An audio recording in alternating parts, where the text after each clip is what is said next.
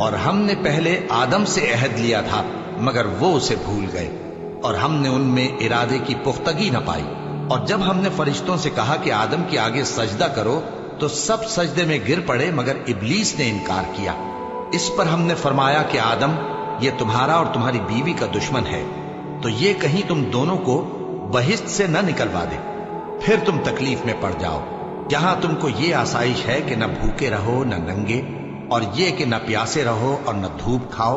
پھر شیطان نے ان کے دل میں وسوسہ ڈالا اور کہا کہ آدم، بھلا میں تم کو ایسا درخت بتاؤں جو ہمیشہ کی زندگی کا باعث ہو اور ایسی بادشاہت کہ کبھی زائل نہ ہو؟ سو دونوں نے اس درخت کا پھل کھا لیا تو ان پر ان کی شرمگاہیں ظاہر ہو گئیں، اور وہ اپنے اوپر بہشت کے پتے چپکانے لگے۔ اور آدم نے اپنے پروردگار کے حکم کے خلاف کیا تو وہ اپنے مقصد سے بے راہ ہو گئے۔ پھر ان کے پروردگار نے ان کو نوازا تو ان پر مہربانی سے توجہ فرمائی اور سیدھی راہ بتائی۔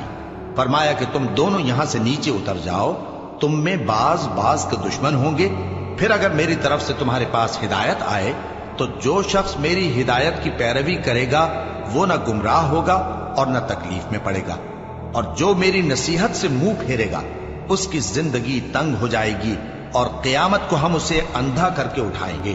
وہ کہے گا کہ میرے پروردگار، تو نے مجھے اندھا کر کے کیوں اٹھایا؟ میں تو دیکھتا بھالتا تھا۔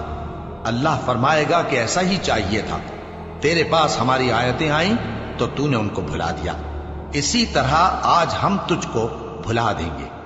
اور جو شخص حد سے نکل جائے اور اپنے پروردگار کی آیتوں پر ایمان نہ لائے، ہم اس کو ایسا ہی بدلہ دیتے ہیں، اور آخرت کا عذاب بہت سخت اور ہمیشہ باقی رہنے والا ہے۔